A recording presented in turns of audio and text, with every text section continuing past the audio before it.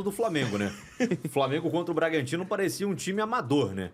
Não era nem um time de base, era um time amador realmente jogando contra o Bragantino. E ontem melhorou um pouco, melhorou, mas o Santos também não é parâmetro, né? Eu acho que o Santos nunca esteve tão perto de um rebaixamento como nessa temporada, porque o time realmente sofre. E tem jogadores bons, né? Você tem um Soteldo, você tem a presença do Mendonça, que já fez um bom campeonato brasileiro com a camisa do Ceará.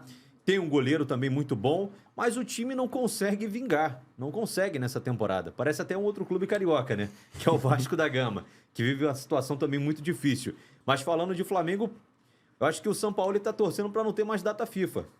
Porque o time estava em um grande momento, com aqueles 10 jogos de invencibilidade, mostrando confiança dentro da temporada, mostrando até um bom futebol, não aquele futebol que o torcedor se apegou lá em 2019 e crê até hoje que possa voltar. Na minha visão, isso nunca mais vai acontecer. Quem viu, viu, igual em 81. Quem viu aquele timaço da era de ouro do Zico, viu e tem que guardar realmente na lembrança e passar para outras gerações. Assim como essa geração aí de 30 anos, 20 anos, que viu essa geração de 2019/2020. Esse futebol não vai voltar. Eu acho que nem se o Jorge Jesus continuasse no segundo semestre depois do Campeonato Carioca, o Flamengo faria o que fez na temporada de 2019 com aquele Campeonato Brasileiro fantástico.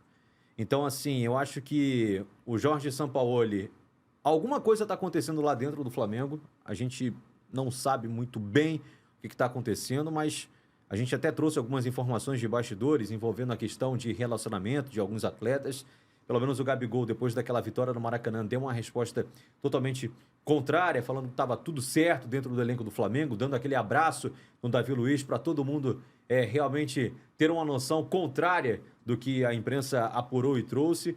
Mas assim, algo está acontecendo, porque não faz sentido um clube estar jogando tão bem, ter uma pausa para descansar, treinar, colocar novas ideias em prática e voltar com um futebol daquele diante do Bragantino, um futebol como esse diante do Santos. Uma coisa está acontecendo de errado dentro do Flamengo. E olha só, volta aquela foto do Arrascaeta ali, por favor, que eu vou perguntar sobre ele, inclusive. Já eu quero falar um pouquinho mais do Pulgar, que a gente falou do Pulgar semana passada. E que jogador, hein? Mas falar do Arrascaeta, porque ele começou a partida no banco ontem e pareceu, pela coletiva do São Paulo, que não foi nada físico, nada... Pareceu ser opção dele mesmo. Opção. Ele tá querendo rodar o time do Flamengo. O São Paulo não tem um time titular, a verdade é essa. Ele, a cada jogo que passa, tem uma escalação diferente. Óbvio que ele tem os jogadores principais nesse time do Flamengo, mas se um jogador rende mais naquela posição, dependendo do que tem acontecido ao longo da semana, e tem até uma condição física melhor, ele vai fazer as alterações que ele acha correta, coerente para aquela partida. Foi isso que aconteceu nesse jogo contra o Santos. A barração, entre aspas, né, do Arrascaeta e também do Pedro para esse duelo. Funcionou? Pelo menos o placar veio para o Flamengo. Mas não foi uma atuação convincente, né? Dá para o torcedor acreditar que o Flamengo realmente vai brigar pelo Campeonato Brasileiro.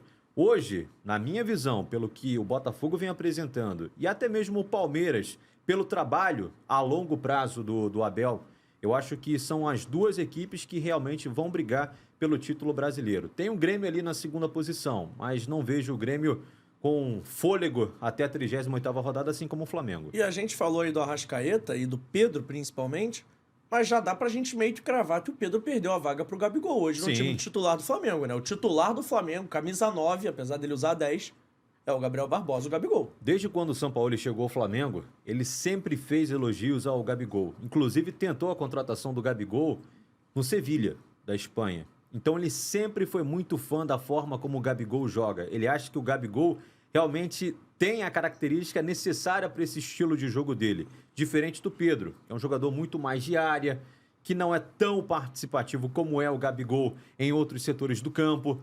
Então, assim, são jogadores que vão se complementar ao longo dessa temporada. Mas não creio que Gabigol e Pedro estejam jogando juntos na maioria das partidas com o Jorge Sampaoli até o fim dessa temporada. Coisa que o Dorival conseguiu fazer.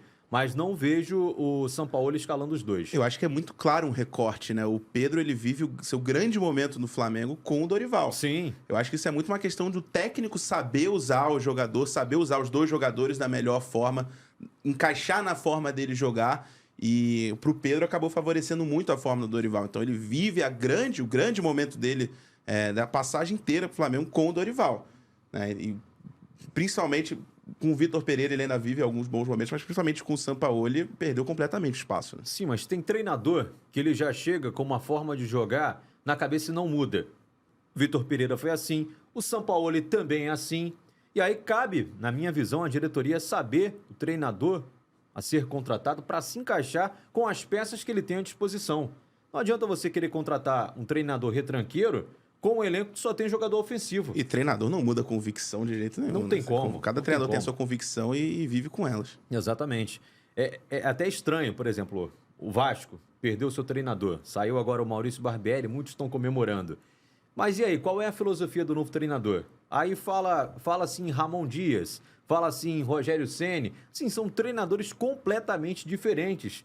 Assim, não existe uma filosofia nessas diretorias. O Flamengo perdeu o Dorival por uma opção e contratou o Vitor Pereira, que é um treinador totalmente diferente. Você viu a forma de jogar do Flamengo, que era totalmente oposta ao que o Dorival tinha conseguido colocar em prática no Flamengo. Então, assim, eu acho que passa-se muito pela forma como a diretoria gostaria de trabalhar, com uma determinada filosofia de jogo, mas contrata-se de acordo com o que tem no mercado. A verdade é essa, você muitas vezes vê que não tem filosofia de jogo, só se parece que você analisa o nome, né, e não a forma de se jogar, o que ele vai te oferecer. É o que você falou, às vezes você vê alguns nomes sendo especulados de dois treinadores com características completamente diferentes. Sim. Afinal, o que você quer? Como é que você enxerga o seu...